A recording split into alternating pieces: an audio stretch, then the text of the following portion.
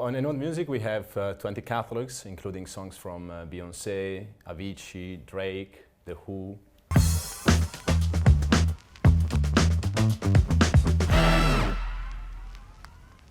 Today, I have the pleasure to welcome in the studio Marzio Schena. Welcome. Thank you, Jerome. A pleasure to be here. Likewise.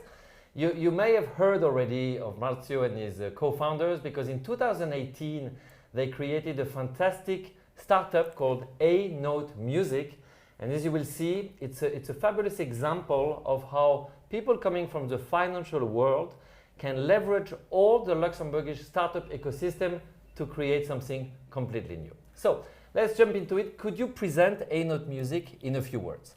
Definitely. ANote Music is the now European leading marketplace to buy and sell portions, fractions, pieces of famous songs and receive royalties over and over the years. So we have created a marketplace, kind of similar to a stock exchange, for everybody to invest in their favorite song or simply in music as an asset class. Our goal was to democratize access to music and to truly recognize music as an alternative investment asset class. Yeah, and I think the team was very important. You worked in an investment fund.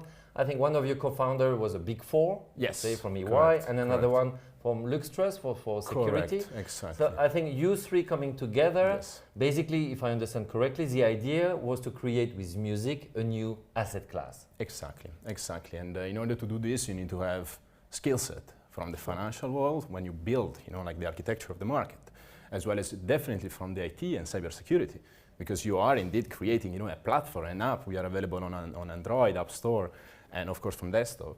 But the most important aspect, which is the one which is long tail, is you need to make sure that you pay royalties and you distribute royalties accordingly. So the operational aspects are very, very, very important. Reconciliation, paying out.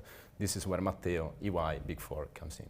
Yeah, and I think people will be really shocked to learn that you have in your songs from Beyoncé, yes, from Avicii, or maybe Drake. So we're not talking small creators, we're talking big names, so it has to be right if you want to sustain your business. Exactly, exactly. No, it's essential. I mean, let's say that you can take exposure to songs in two different fashions. You can be a record label or a publisher. Then you invest at the moment of creation of a song, right? You finance the artists, you finance the creators. Or you can be maybe a person from the financial world or a fan, right? And then we want to invest typically at later stage, when the songs have already stabilized in terms of royalties. They're off the peak seasonality at the beginning when they're released, and then you wait a few years, and then maybe after 3, 5, 7 years, you can take exposure to them, and you typically enjoy the passive royalties generated. Perfect. So if we go in the investor's mind, what are the drivers of the alpha that you generate? Is it that you're going to sell this song for a film, or where do you generate the alpha? Well, typically we do focus on royalties from songs that are generated passively. So the best category from from a passive generation standpoint is streaming. The moment that the song is famous, people keep listening to it, and you can keep track. Like the most famous artists, they have millions, tens of millions, hundreds of millions of monthly recurring streaming, people that keep listening to the same songs. So this is constant revenue generation over and over the years. It's not dependent on, a song being utilized as an advertisement, as a soundtrack, but it's a simply psychology of people that keep listening and keep liking the same songs that I liked 10 years ago.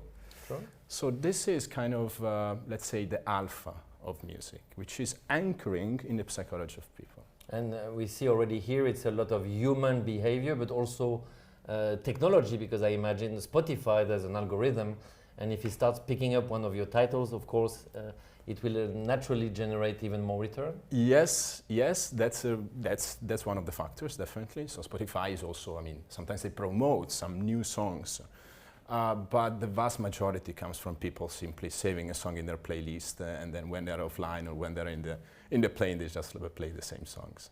Fantastic. So if we were comparing a little bit in terms of asset class, based on your knowledge after those years, how is music comparing with other asset class that we are familiar with? Well, it's an asset class that definitely is, let's say, providing exposure to three factors that you don't always find all of the three of them in other asset classes, which is growth, diversification, and passive income.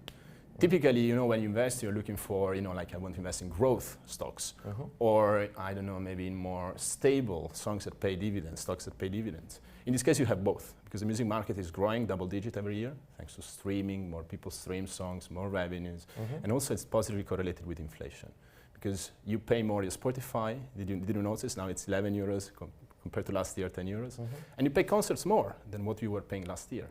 So the royalties are higher also because of inflation. And then it's an asset class which is not correlated to what happens in the financial markets. If there is a war on the other side of the planet or not, people still listen to music. Okay. And I think it's important for people to understand that you basically work with catalogs. I think you've got 20 of them. Correct. How many songs in the catalog? It varies. I mean, we did a catalog of a single song in one case, and then a catalog with 120,000 songs. Okay. So because it comes from a publisher that has exposure to 120,000 songs, because he acquired and he financed over the years, I mean over 20 or 30 years of experience of activity. So it really varies a lot. And what is the minimum amount that people can invest in one of these catalogs? But the minimum amount we have, the smallest price is 6 euros. 6 euros? Yes. Wow. Yeah. So I mean, it's because we divide in portions, in shares, in fractions. So by dividing, you enable everybody to take exposure and to diversify. Because the other approach of the industry is that transactions of music rights that happen on a daily basis. An artist sells to a label sells to another label, sells to a major, and then you have the songwriter, the producer. So music rights, they keep exchanging hands, but in the private markets. So in the private markets, transactions are more opaque. They are, from a standardization of pricing, maybe they're not optimized. Maybe you don't have a plurality, a market, you know, that can express a fair value, which is what we have created.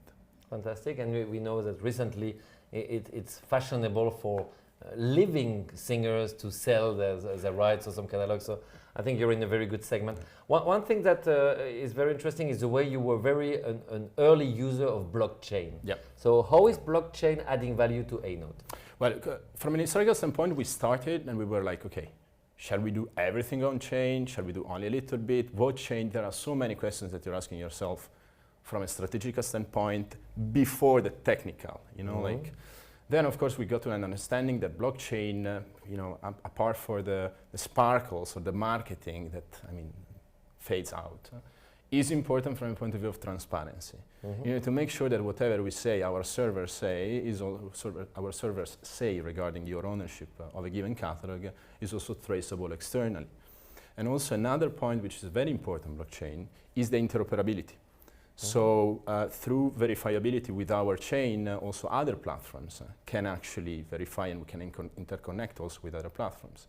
The goal is sooner or later to move most of the activities that happen on our platform on chain, including the payout of royalties that right now they happen euro to euro to in e-wallet in euros. Okay, very good. And so you're very interesting in the way that, you know, Luxembourg 10 years ago declared itself a startup nation, and you know, there are some really interesting companies here. I interviewed several of them, like Salon Key. We know the potential winners.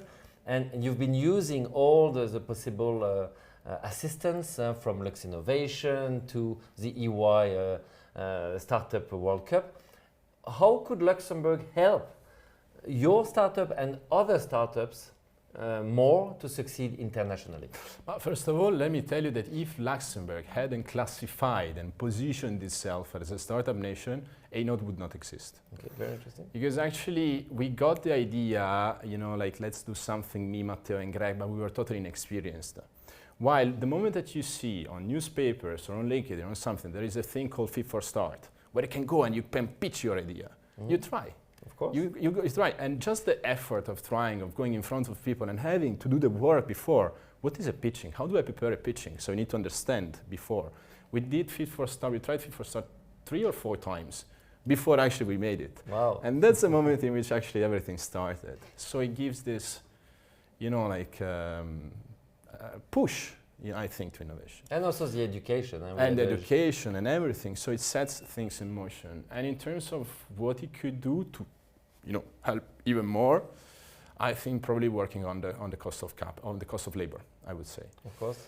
And on the one. variety of labor. The labor force here in Luxembourg, the specialization a little bit outside of the traditional sectors of finance and law, more into something a little bit more, maybe more, a little bit more creative. So marketing, designing, UX and UI, you know, which is very, very hard for us to find in Luxembourg. Yeah, and I hear a lot of companies like yours who finally go on platform like Upwork and get the marketing guy from Poland, and it stays in Holland. So of course we're losing taxes and talent here. So of course it's a very big topic.